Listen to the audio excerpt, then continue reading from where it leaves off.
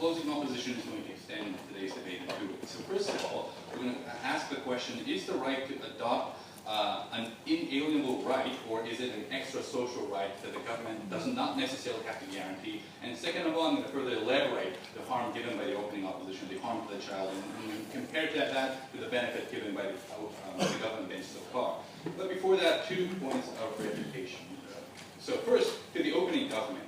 They said that parents, right now, parents who want to adopt knows the cost, that they know the responsibility attached to parenthood, and they're ready to do this, and they're ready to do anything to adopt this child. But in the status quo, these parents hesitate to adopt because they have to go through all the documentation. And what we say is that if your passion to raise a child is to a level in which it is hesitated, or which it is deterred because you don't want to go through a few documentation, then probably your incentive or passion should not be to adopt that particular child, because being parent requires hard endurance. It requires hard patience and a lot of those kind of passions, and therefore we don't think that necessarily applies to the standards that we require for parenthood.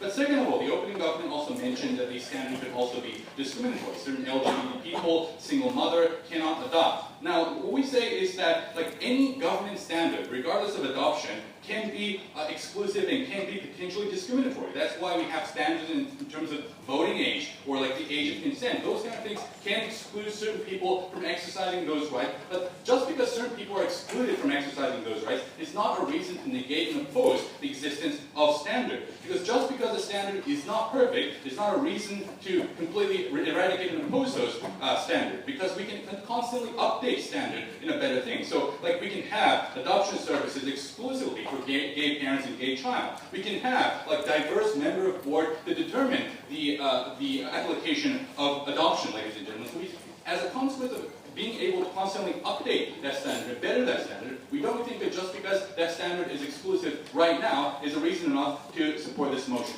Second point of rebuttal, go to the closing government. So first, he mentioned that in terms of standard, child should be taken care only when an abuse is found, when the existence of an abuse is clear. Now, what we say to this is that is simply too late.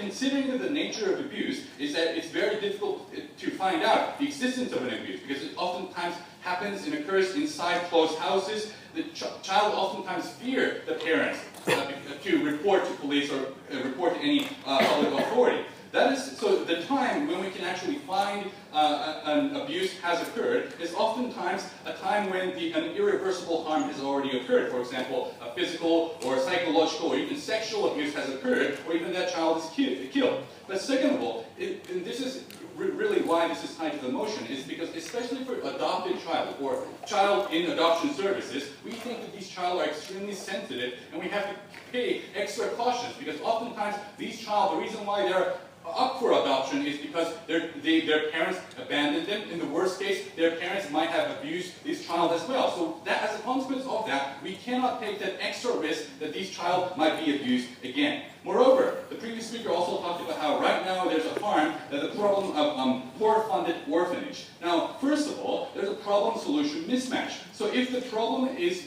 like poor-funded orphanage, then the proper solution should be funding orphanage, not completely abandoning the standard for adoption. Moreover, as my partner mentioned in the point of information, it's not just government organizations that have orphanage. We have NGOs, NPOs, Christian churches provide these kind of organizations. So we don't think the lack of funding is really an issue here. Especially if you have the amount of funding, as the opening government necessarily set up today's debate, if you have the amount of funding to fund all these extra child care service worker to check every single adoptive house regularly, then that means you probably have enough funding to fix the orphanage situation right now in the status quo. But second of all, the problem with their model is that you cannot guarantee that this policy would better the situation. So as a consequence of this policy, the situation might necessarily worsen. So we don't think this policy necessarily works. So moving on to my first extension. Is the right to adopt an inalienable right, or is it an extra social right? Because the closing government flagged this in their point of information. by asking, like, would you apply the same standard to parents who want to bear a child, so biological parents? And the answer is no. And the simple reason is because the freedom to bear a child or give birth to a child is not the same as the right to acquire guardianship to the child. And there's a number of reasons why. First of all, because the vulnerability of the child is completely different. As I mentioned in my rebuttal, oftentimes these child up to 4 adoptions are extremely sensitive. They are like, they feel abandoned by their parents, isolated. Oftentimes these child are victims of domestic violence, rape, or abuse. So as a consequence of that, we have to be like extra proportion and extra careful considering the interest of the child. But second of all, not yet, we don't apply the same standard because prohibiting, for example, poor people to give birth to a child is a huge deprivation of right from those poor people. But in this case of adoption, we are not actively taking away the right for you to have a child. We're not just, the thing what we're doing is that we're not providing an additional right. So we think there's a difference between negative and positive right, and as a consequence of that, the distinction is significant.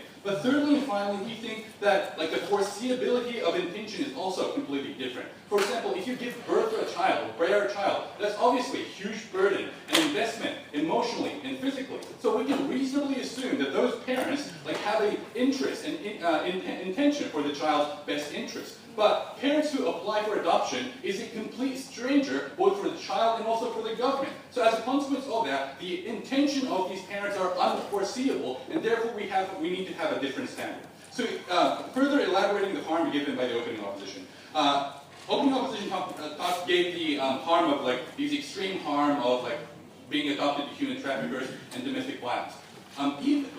Even if it doesn't go that extreme, like what we say is that the most reasonable and likely harm that could probably happen is that if we can't find a perfect match for that child in adoption, the likelihood is that that child will be given up for adoption again. So what we see in the United States is, as a consequence of having very low standard and requirement for adoption, what we see is these adoption child becoming adopted over and over. Now obviously that has a severe damage to their psychology and mentality and well-being to the child. So even if it doesn't go to the extreme of abuse and human trafficking, we think this causes greater harm to the child, and that is why this motion must fall.